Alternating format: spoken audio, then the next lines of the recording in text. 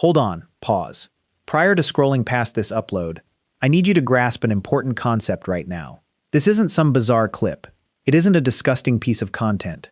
This remains one of humanity's most compelling historical mysteries.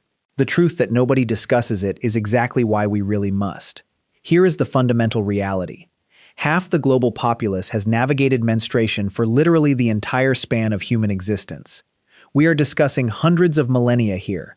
Yet, when academics sit to document ancient societies, they dedicate 40 pages to Roman road construction, and roughly 0 words regarding how Roman women managed their cycles, while, existing normally. That is an issue. Today we are correcting it. We are rewinding time itself. Ancient Egypt, Greece, Rome, the medieval era, China, the Aztec Empire. We are exploring them all.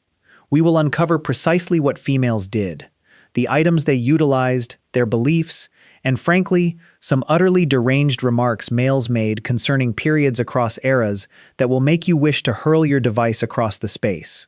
This is the exact documentary nobody filmed until today. Let us proceed. The exact vital inquiry nobody voiced for 10,000 long years. Let us dive in deeply now. Initially, let us clarify one specific detail. Menstruation is certainly not a contemporary invention. Shocking, I realize. However, you might feel astounded by the numerous early groups viewing it as an otherworldly occurrence instead of, standard anatomy.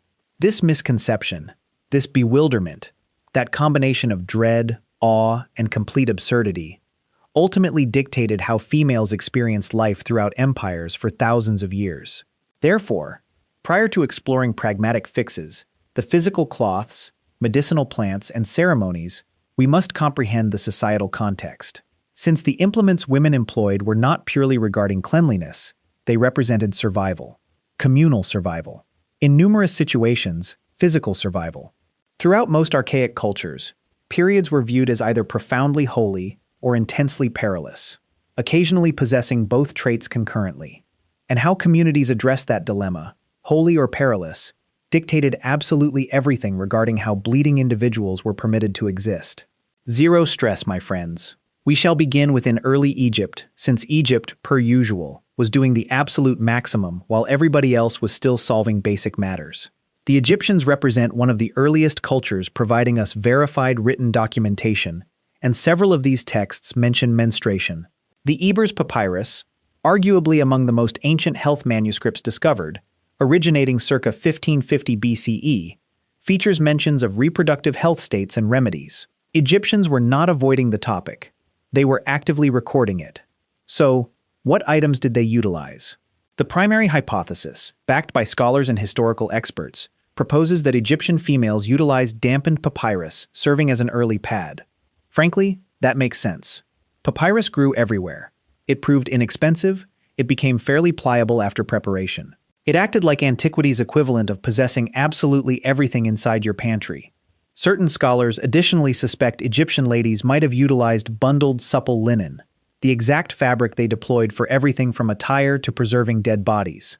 Linen proved absorbent, reusable, and cleanable. Sensible, effective, extremely fitting for an empire which created timekeeping, monumental buildings, and tooth restorations. However, observe the societal element. Within ancient Egypt, menstruating was never deemed disgraceful. It stood linked toward procreation, toward Isis, toward the rhythms of the Nile. The inundation of the Nile, serving literally as the bedrock for Egyptian society, functioned upon a rhythm somewhat mirroring the human female form. Random chance? The Egyptians surely disagreed. Females were never secluded. They were not labeled hazardous. They remained authorized to maintain experiencing their days facing practically zero interruption. Contrast this with whatever happens next, and you will recognize Egypt's heroic historical status. Early Greece, origin point regarding democratic rule, philosophical thought, math, while concurrently producing some phenomenally incorrect notions involving human anatomy ever documented on parchment. We should discuss Aristotle briefly, since Aristotle, considered a profoundly respected intellect throughout Western development, authored extensive works regarding menstruation. Plus, his deductions were truly bizarre. Aristotle theorized how period fluid represented fundamentally unsuccessful sperm. This hypothesis, which represents an actual concept folks genuinely accepted across generations, claimed women's systems attempted manufacturing semen exactly as males achieved. However, since females seemed naturally chillier and frailer, the mechanism faltered, producing menstrual discharge instead. Allow that to process. This never represented some marginal belief. It functioned as dominant scientific agreement throughout early Grecian society plus beyond. Consequently, due to this paradigm, menstruating was interpreted as proof regarding women's biological subordinates. Very helpful. Yet, putting aside whatever dudes kept scribbling upon their philosophical documents, what were females actually utilizing? Grecian ladies predominantly employed sheep's fleece, plush, soaking, and abundantly accessible within a society established heavily upon herding flocks. Fleece became the preferred substance. Researchers suspect females fashioned tiny fleece cushions or inserts, basically the initial tampons, for managing their bleeding. The term tampon currently features disputed roots, though the practice regarding inserting pliable stuff for absorbing internal liquids remains ancient. Grecian health writings mention females leveraging fabric scraps plus fleece exactly like this. We also observe documentation regarding waistbands and undergarments, textiles strapped securely around people's waists, which could secure soaking goods firmly positioned. Barely luxurious, yet operational. The dichotomy seems highly intriguing. On one side, you spot Grecian doctors composing meticulous reproductive manuals. Hippocrates personally described menstruating as a routine physical process, linked toward general wellness. Skipped cycles were deemed a health issue, never a gift. Conversely, you witness Aristotle proudly declaring how females remain functionally defective males. It constitutes an immensely Grecian paradox, genius alongside entirely deranged thinking all happening at once. Truly an astounding era to study so closely. Right now, Rome, that empire providing us waterworks, cement, judicial frameworks, plus additionally Pliny the Elder. Pliny the Elder acts somewhat like antiquity's equivalent concerning that specific dude attending a supper gathering, possessing an intensely bold opinion regarding everything, while remaining incorrect concerning almost all matters. He authored a massive compendium titled Natural History, where his segment regarding menstruation functions as an absolute masterpiece of bold stupidity. Based upon Pliny, period discharge might destroy harvests whenever a lady strolled past a pasture, dull blades whenever she handled them, transform vintage into sourness, slaughter honeybees, drive canines insane, make steel oxidize plus copper tarnish, ward off ice storms, deter tornadoes. That final claim feels surprisingly cool. Early Rome basically assumed ladies navigating their cycles represented mobile ecological threats. You surely would not invite one over for afternoon tea. Yet, clearly, average Roman ladies never felt they stood individually liable regarding farming catastrophes. Existence continued normally. Bazaars saw shoppers. Shrines welcomed worshippers. Offspring grew up. Roman females very likely utilized plush fabrics, fleece, or perhaps sponges. The ocean sponge specifically gets repeatedly mentioned within old writings, acting as a health and sanitary implement.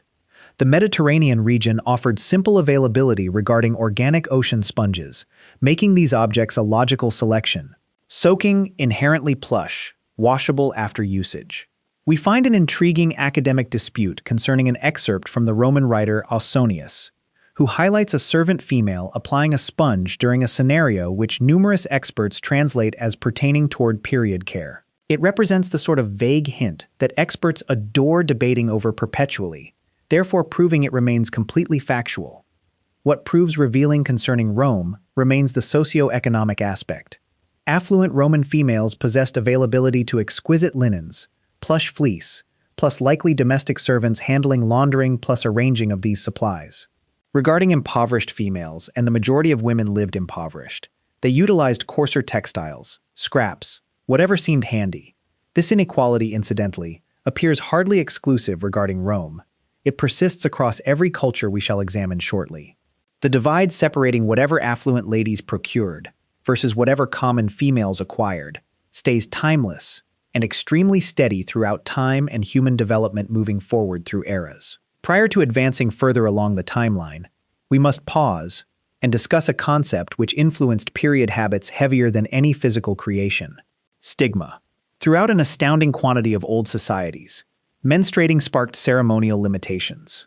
Moreover, these limitations were never trivial annoyances. They completely changed how females might engage within communities throughout their month. Under archaic Judean regulations, specifically Leviticus, a bleeding lady stood labeled ceremonially unclean, or niddah. She stayed forbidden from physical contact, forbidden to handle specific items, and needed to experience ceremonial cleansing via submersion inside a mikveh pool prior to restarting everyday routines. Such guidelines never concerned sanitation utilizing contemporary definitions. They centered upon ceremonial cleanliness, an entirely distinct classification. Comparable rules show up within early Indian manuscripts. The doctrines of Manu state that a male having intercourse alongside a bleeding lady shall forfeit his intellect, vitality, power, vision, plus extended lifespan. Strong preventative measure. Bleeding females across particular Hindu customs stood banned from food preparation, visiting shrines, or contacting males. Early Zoroastrian writings push things additionally outward. Bleeding females needed to stay segregated inside a designated zone, offered restricted meals, and refused interaction toward flames, liquids, plus the soil inherently. The holy components regarding Zoroastrian faith. Across numerous native populations throughout the Americas, Africa, plus Asia, bleeding females often briefly resided inside specialized moon structures or detached cabins. The context shifted. Within some cultures, it involved peril plus contamination. For others, it concerned the female's elevated mystical strength throughout that phase. She never faced punishment. She stood placed aside for positive or negative reasons. The tangible result regarding all this entails that ladies needed handling their bleeding facing such rules.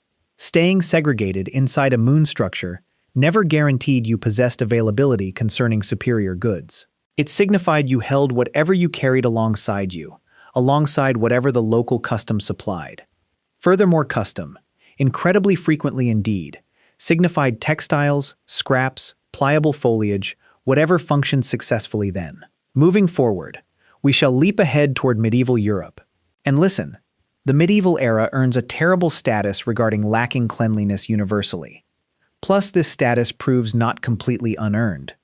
Regarding numerous medieval European ladies, farmers, village women, anybody who never resided inside an affluent estate, unhindered bleeding represented the highly probable truth. Heavy fleece dresses, stacked underclothes, plus darkened textiles likely captured and hid fluids. Females performed manual work perpetually. They remained active. The concept regarding pausing routine tasks because of periods would represent an impossible extravagance.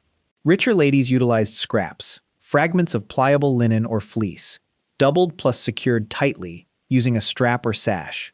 Such items got cleaned plus repurposed. The pragmatic logistics herein remain not vastly distinct compared to what females across numerous regions worldwide currently deploy nowadays. What seems compelling regarding the medieval era involves the clinical paradigm.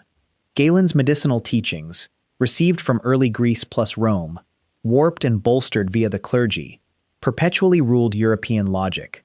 Menstruating stood interpreted like the physique-expelling surplus fluid, some form of organic purification. Halting this mechanism appeared clinically hazardous. Excessive amounts of blood could accumulate, generating sickness. Therefore, ironically, medieval doctors literally promoted periods. Whenever a female cycle arrived delayed or missing, practitioners might recommend botanicals, smoke treatments, plus movements to trigger its arrival. There existed a whole classification concerning plant remedies, dubbed emmenagogues, materials which trigger period bleeding. Parsley, pennyroyal, artemisia, tansy. Medieval apothecaries understood their craft. Did such plants function? A few among them, undoubtedly. Multiple botanicals applied, like emmenagogues possess elements humanity presently recognizes might prompt womb spasms, meaning they additionally served within measured portions regarding alternate goals. The crossover among botanical treatments, contraception, plus period handling throughout the archaic plus medieval societies represents a truly staggering segment of time. Furthermore handily, an ideal transition toward our upcoming great global empire today. Classic Oriental healing maintained an amazing connection regarding the feminine form, plus periods particularly. Dissimilar to Grecian or Roman treatments, which frequently perceived females like substandard damaged males, classic Oriental healing handled the feminine biology like a whole network, distinct compared to male anatomy, yet never inferior. Menstruating served as a primary marker regarding general wellness. The schedule, hue, thickness, plus quantity involving period fluids acted as evaluative metrics regarding early Eastern doctors. Oriental health manuscripts stretching toward the Han era, meaning approximately 200 BCE until 200 CE, featured thorough examinations concerning cycle unpredictability plus its origins. Disruptions involving qi, fluid blockages, chilliness inside the womb. Such concepts stood fully comprehended, like likely origins behind cycle difficulties.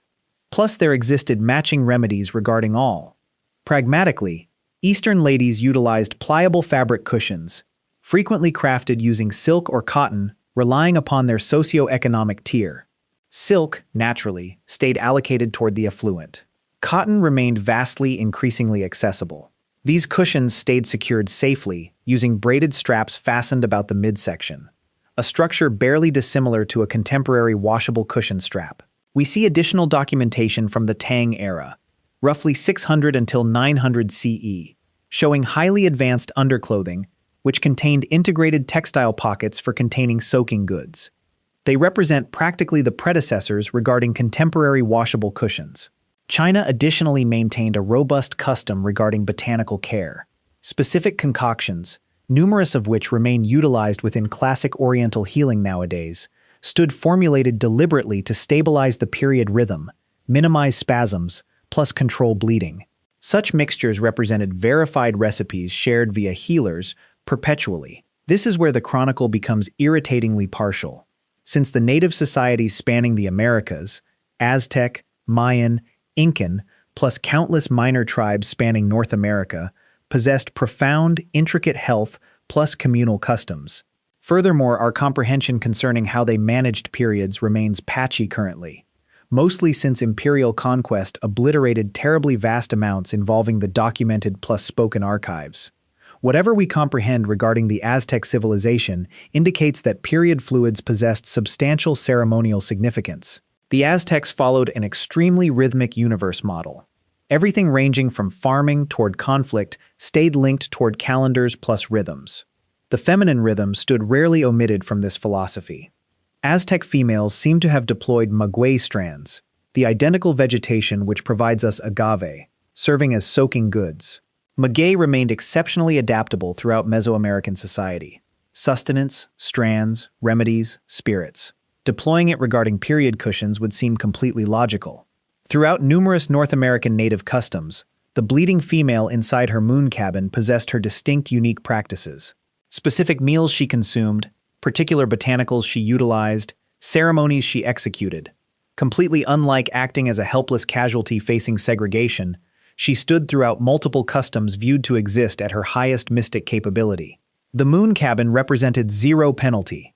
Across multiple societies, it represented something nearer toward a recurrent sanctuary, plus females might emerge bearing refreshed prestige, successfully finishing cycles.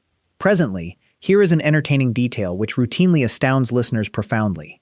The contemporary throwaway period cushion remained uninvented until the closing 19th century. Plus, even afterward, it required years before majority females across the Occidental sphere gained availability regarding it. The initial commercial throwaway cushions surfaced circa 1888, a good named Lister's towels, manufactured via Johnson & Johnson. They never became popular. Victorian ladies felt entirely too humiliated to buy them via a masculine apothecary beyond the register. Therefore, the goods silently flopped. It took until 1921, whenever Kotex initiated an effective marketing push positioning period items, like a cleanliness requirement, instead of some shameful private object, causing widespread usage to launch. Allow that to settle for one moment. Throughout the overwhelming bulk concerning human timeline, spanning the whole duration regarding all the empires we have analyzed, ladies handled their flows utilizing textiles, fleece, sponges, foliage, vegetation strands, plus anything else deemed accessible, while doing this productively enough to experience rich, bustling existences. The contemporary cushion seems scarcely 1 century old. It remains a fleeting flash historically. Truly wild. All right. We have traveled from early Egypt toward medieval Europe, toward the Aztecs, toward Kotex. Let us catch a breath, plus ponder exactly what all this genuinely indicates. Initially, females remained never powerless sufferers regarding their anatomy. Throughout each civilization, ladies created functional, frequently complex answers concerning a shared bodily truth. They deployed whatever they possessed. They improved methods spanning generations. They distributed wisdom via verbal teaching, health manuals, plus basic communal habits. Secondly, the greatest hurdle stood never truly physical. Fleece was ubiquitous. Fabric was ubiquitous. Sponges were ubiquitous near the Mediterranean. The issue was seldom acquiring supplies. The hurdle involved the societal paradigm which encompassed periods. Whenever a culture determined menstruating seemed hazardous, disgraceful, or dirty, it constrained women's mobility, work, plus communal engagement. Whenever a culture determined it seemed holy or purely anatomic, females maintained their routines, seeing little interference. The physical answers proved frequently exactly identical. The societal results proved drastically distinct. Thirdly, males penned majority of the historical archives, plus they authored it viewing from the exterior. Pliny's ridiculous catalog regarding items period fluid might theoretically ruin shows us absolutely zero concerning what Roman ladies genuinely underwent. It shows us exactly what Roman males dreaded plus misinterpreted. The real wisdom, the functional ancestral physical wisdom regarding whatever succeeded, persisted inside groups of ladies plus stood virtually never jotted onto paper. That remains tragic. Truly horribly sad forever. An additional point before we conclude. We have discussed cushions plus fabrics plus sponges. We have not discussed agony. Since dysmenorrhea, period aches, remains legitimate. It is biological. Plus it has perpetually occurred. This never was some contemporary creation. Early health manuscripts throughout each society we have examined hold mentions regarding agonizing periods plus efforts to remedy them. The Greeks utilized heated alcohol wraps plus botanical teas. Roman doctors recommended workouts. Eastern healing possessed complex mixtures. Medieval Europeans possessed their botanical emmenagogues. Plus, virtually everywhere, the plants which appear throughout such customs share one detail altogether. Numerous of them function, or potentially numerous among them hold elements which produce quantifiable biological impacts. Chamomile, ginger, cinnamon, fennel. These remain never arbitrary mythic selections. They represent gathered observational wisdom, originating from lineages of females testing items plus sharing results. The paradox implies how despite all the garbage males authored concerning periods, Aristotle's broken sperm hypothesis, Pliny's destructive ability, the whole structure regarding sacred contamination regulations, the functional health wisdom proved frequently truly advanced. Ladies solved it since ladies needed to. We possess whole galleries devoted toward archaic arms. We recreate archaic combat arrangements using meticulous exactness. We produce film following film concerning rulers, commanders, plus monarchs, yet the everyday reality concerning 50% the populace, the functional, personal, shared truth involving menstruation, scarcely appears within standard historical study. It remains missing from the films. It remains missing from the classroom syllabi. It appears rarely inside the scholarly papers until fairly lately. Furthermore, nevertheless, this constitutes one of the mostly shared mortal occurrences which has perpetually occurred. Each lineage regarding ladies within each culture across each landmass navigated exactly this. They discovered answers. They formulated wisdom. They transferred it onward. That constitutes history. That constitutes genuinely compelling history. The reality that we needed to name this clip using a somewhat edgy inquiry, simply to make you to press upon it, reveals a ton concerning how we have conditioned humanity to view the antiquity, plus whatever we have deemed stays deserving, giving focus toward. Therefore, whenever somebody behaves like speaking about periods feels somehow forbidden or improper, you might tell them Cleopatra navigated exactly this. Roman ladies navigated exactly this. Medieval farmers navigated exactly this. Aztec priestesses navigated exactly this. It is literally archaic history and absolutely matters today.